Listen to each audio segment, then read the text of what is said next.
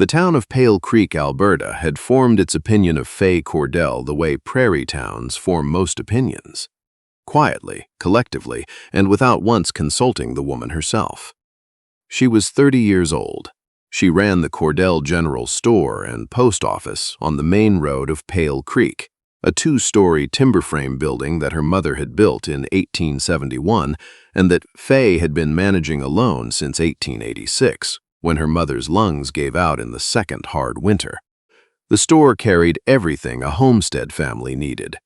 Tinned goods to harness fittings to seed stock, and the post office in the back corner handled the mail for 43 families spread across 20 miles of Alberta prairie. Faye ran both operations with the precision of someone who had taught herself double-entry bookkeeping from a manual ordered from a publisher in Montreal, because there was no one in Pale Creek who could have taught her, and because the accounts needed to be right.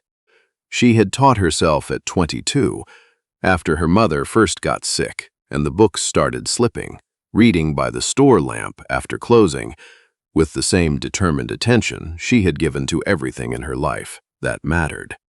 She was 5'8", which was remarked upon in the same tone as the weather, not hostile but relentlessly consistent. She had brown hair she kept in a practical braid and gray eyes that were direct in a way some people found unsettling, because most people's eyes moved around a little when they spoke, looking for safe places to land, and hers did not. The town's conclusion, assembled over years of small observations shared across fence lines and church steps, and the general store counter itself, was this: Faye Cordell was a capable woman, which was good and necessary and appreciated, but she was too certain of herself for any man to stay comfortable around her for long, which was unfortunate. She had views on crop prices and dominion policy and the proper way to lay drainage tile, and she expressed those views without softening them first, which some men found stimulating in conversation and others found alarming in a wife. She had been courted twice. The first time at 24 by a homesteader named Grover who had been primarily interested. She had eventually understood in whether she could help bring in his hay before October frost. She had worked this out mid-conversation and told him so plainly. He had left looking confused and slightly relieved.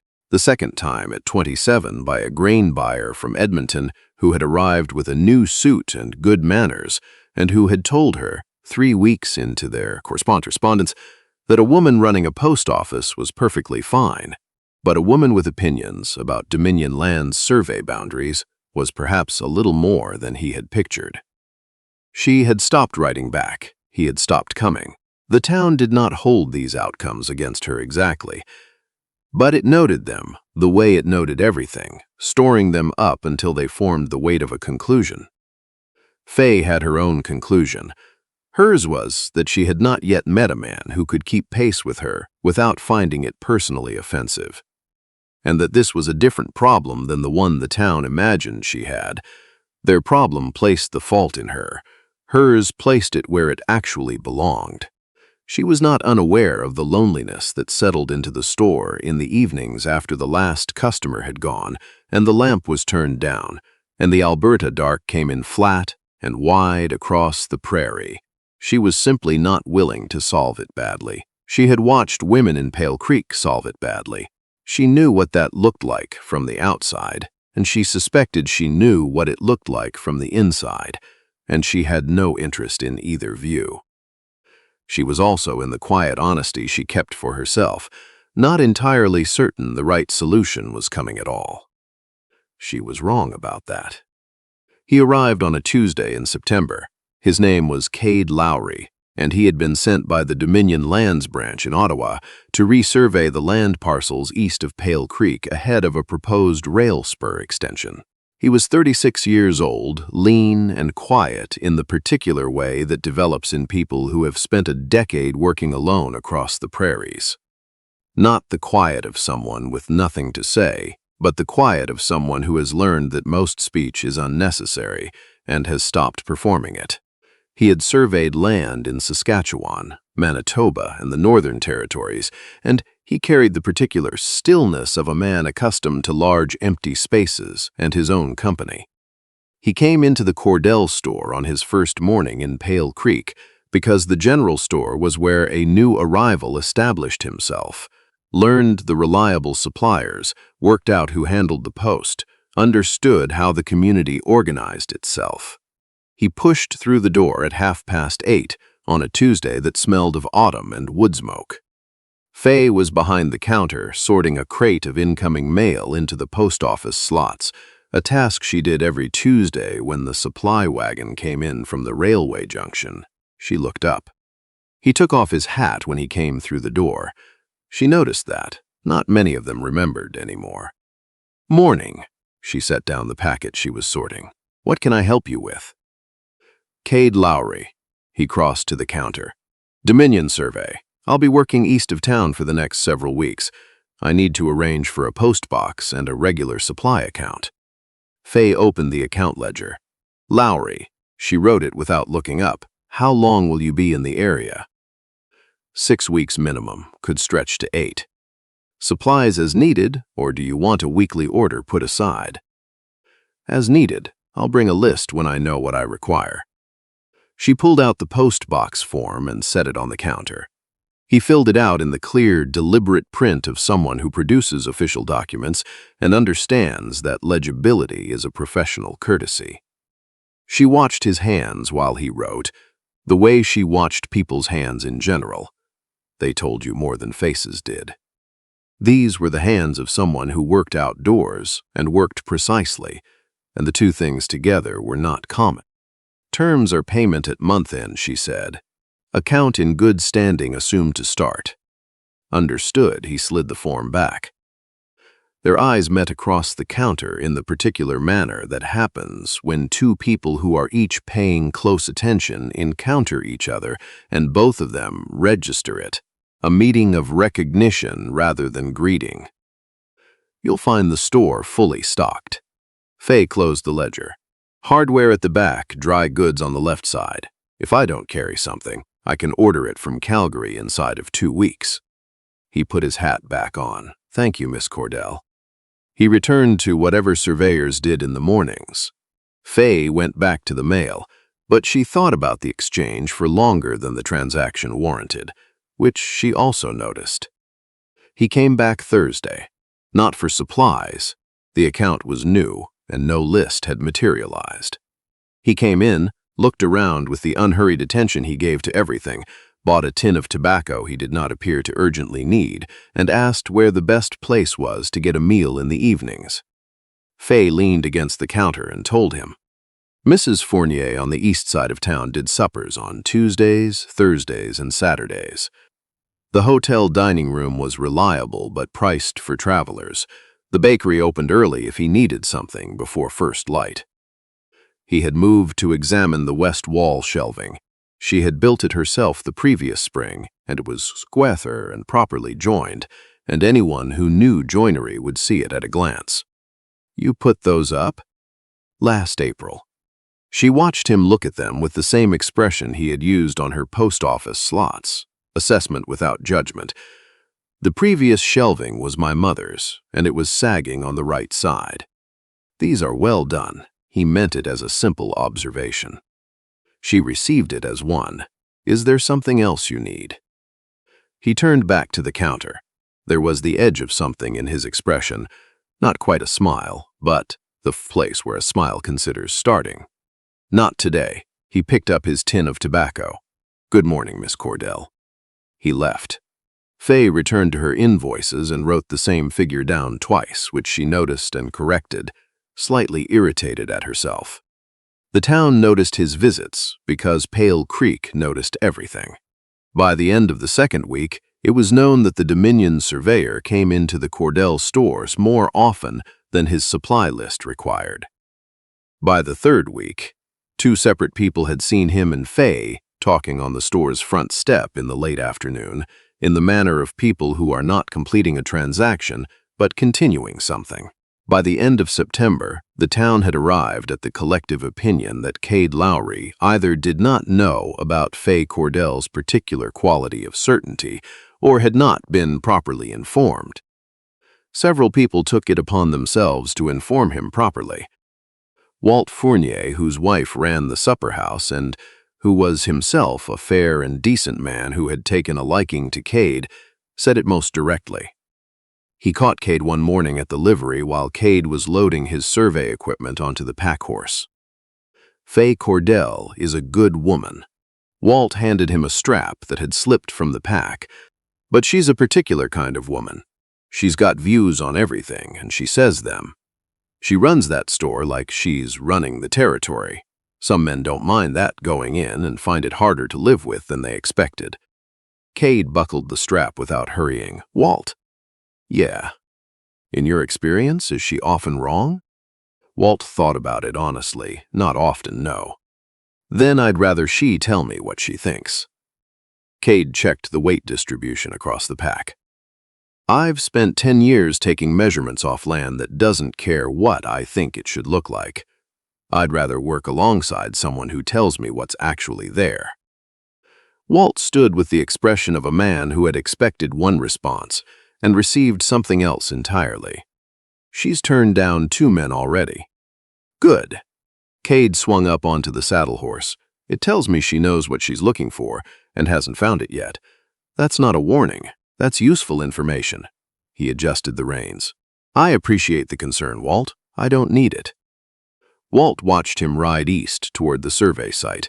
He told his wife about it that evening. His wife, who had known Faye Cordell for 15 years and had been quietly hoping for exactly this kind of man to arrive, said she was not surprised and that it was well past time. There are moments that change the direction of a story so quietly that they almost pass unnoticed.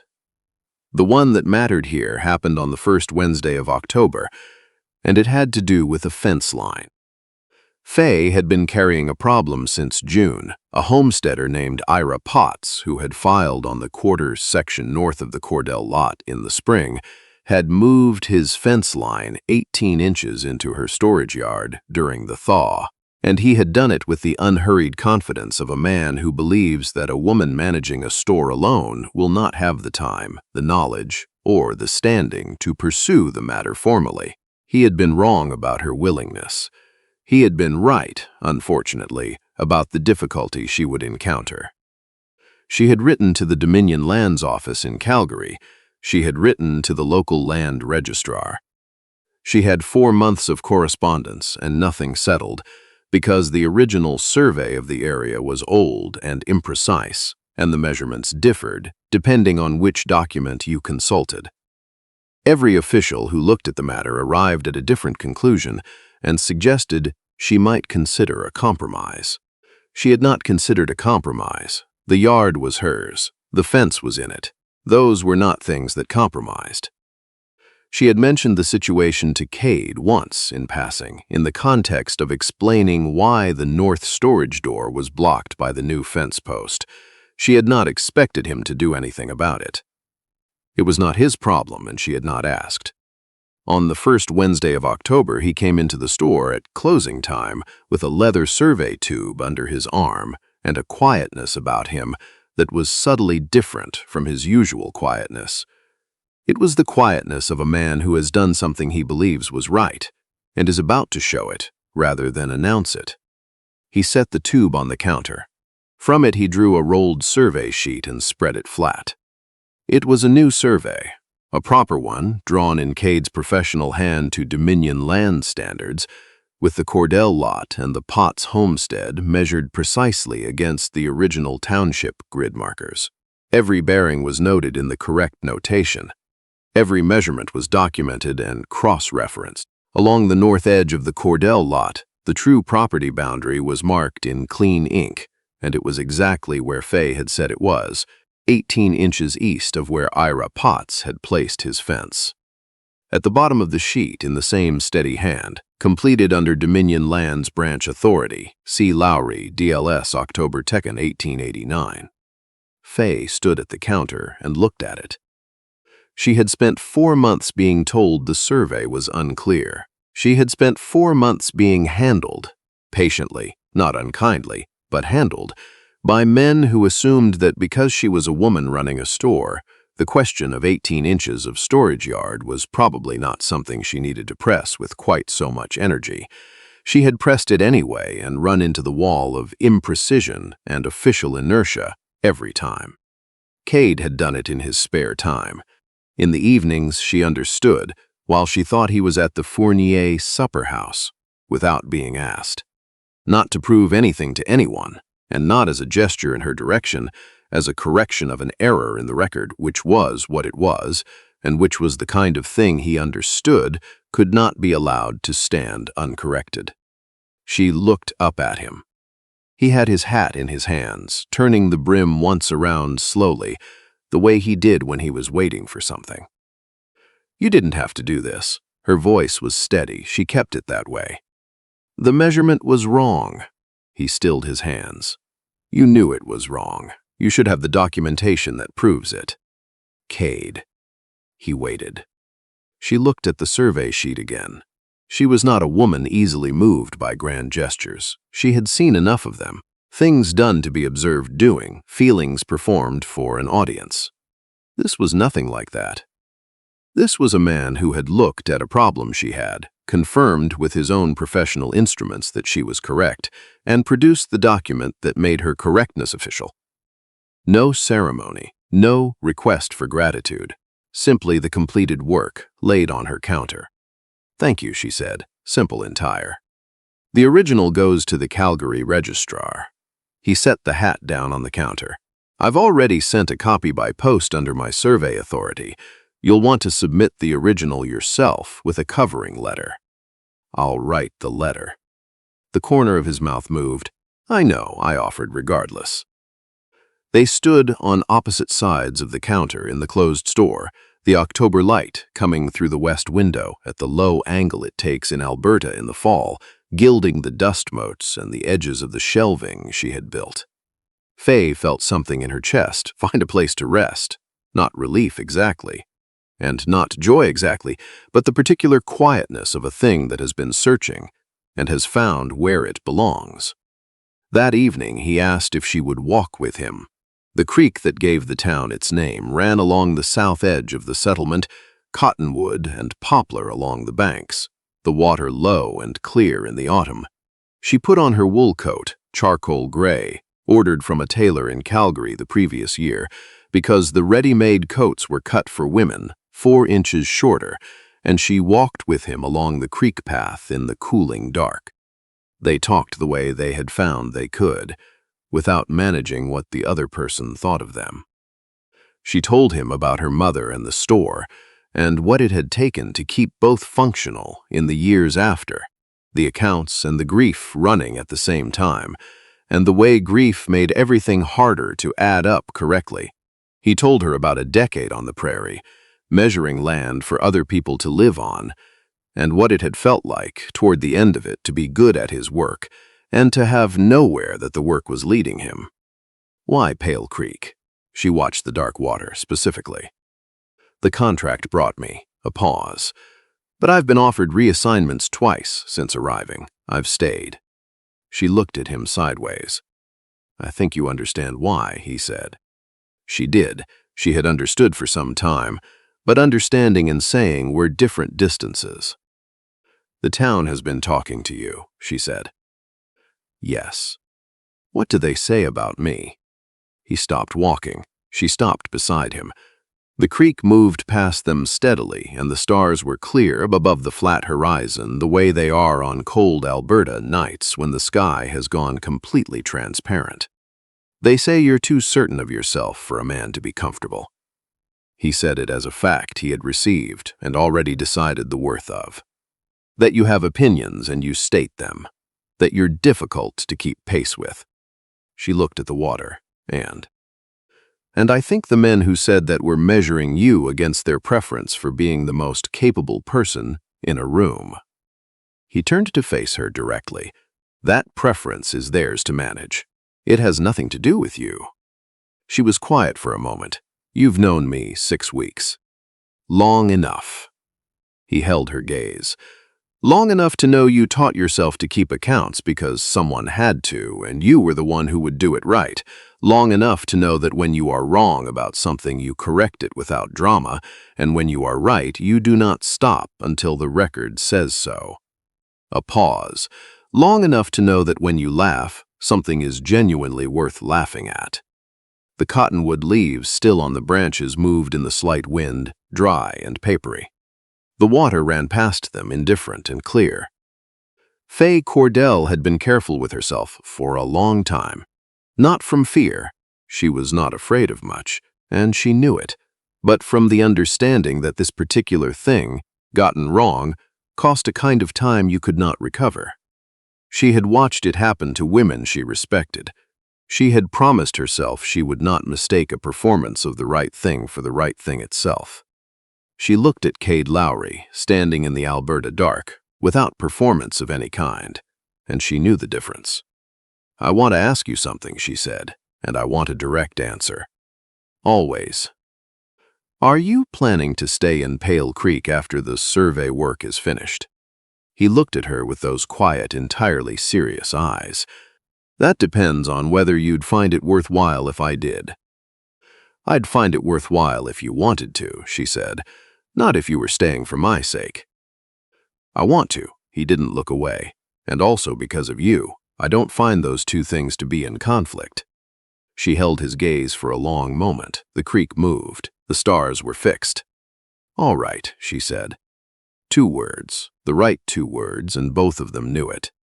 He filed for a position with the Dominion Lands Office that allowed him to be based from Pale Creek rather than from Calgary, and the office agreed because he was skilled enough that they preferred to keep him at whatever address he named.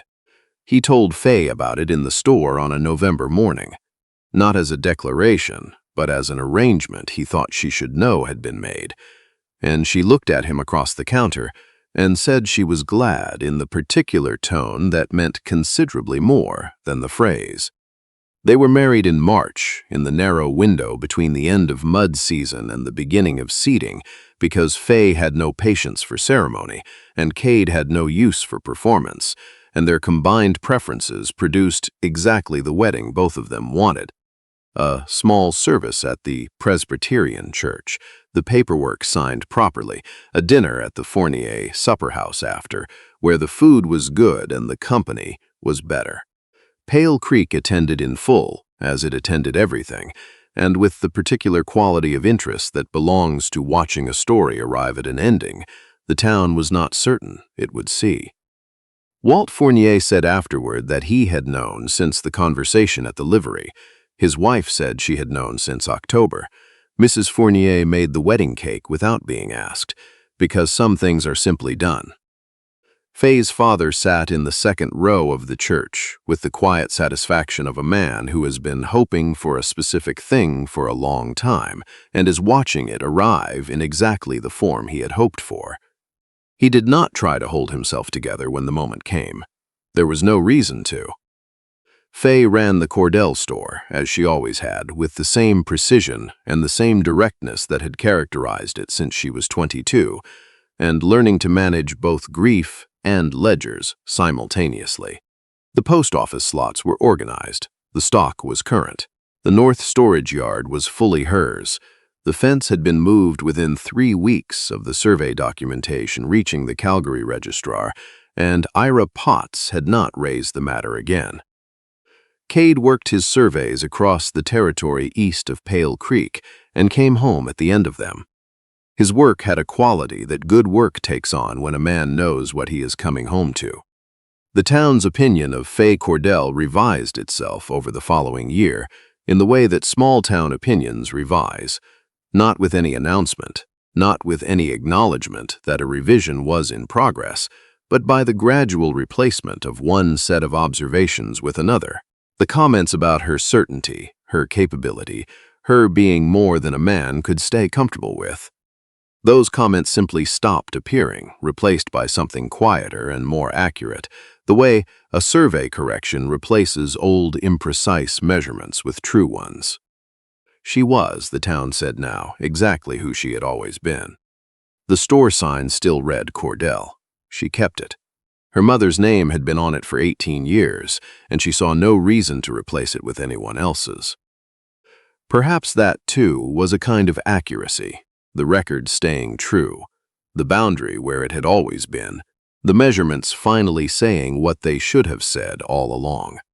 It had only taken the right man to put down the old document, take out the proper instruments, and show that the ground had always been hers.